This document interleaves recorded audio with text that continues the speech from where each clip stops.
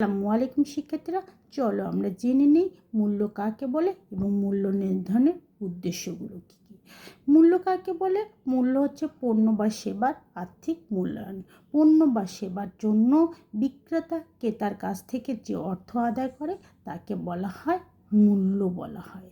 মূল্য যেমন একটি পেনের মূল্য 5 টাকা, বিক্রেতা ক্রেতার কাছ থেকে 5 টাকার বিনিময়ে ক্রেতাকে একটা পেন দেয়।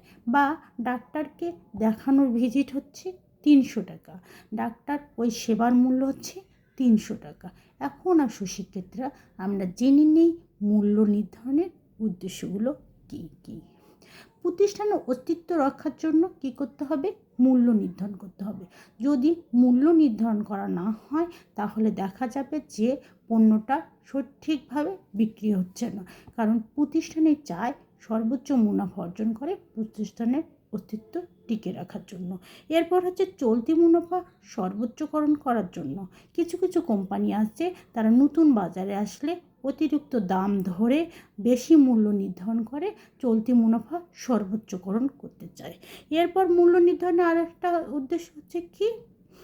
বাজার শেয়ার সর্বোচ্চকরণ। কিছু কোম্পানি আছে তারা বাজারের শেয়ার বৃদ্ধির জন্য পণ্যের মূল্য কমিয়ে দিয়ে বাজার শেয়ার সর্বোচ্চকরণ কি বাজার ছেঁকে নাও। আবার কিছু ইলেকট্রনিক্স কোম্পানি আছে, তারা প্রথম বাজারে এসলে কী করে?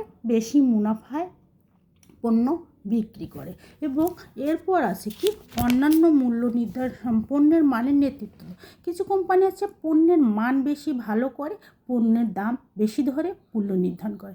এছাড়াও আছে অন্যান্য উদ্দেশ্য। অন্যান্য উদ্দেশ্যর মধ্যে হচ্ছে কি? কোনো কোনো কোম্পানি পণ্য বিক্রেতার জন্য মূল্য নির্ধারণ করে, খুচরা বিক্রেতার জন্য আলাদা, মধ্যে চূড়ান্ত ভোক্তার জন্য। তো শিক্ষার্থী আজ এ পর্যন্ত। আল্লাহ হাফেজ।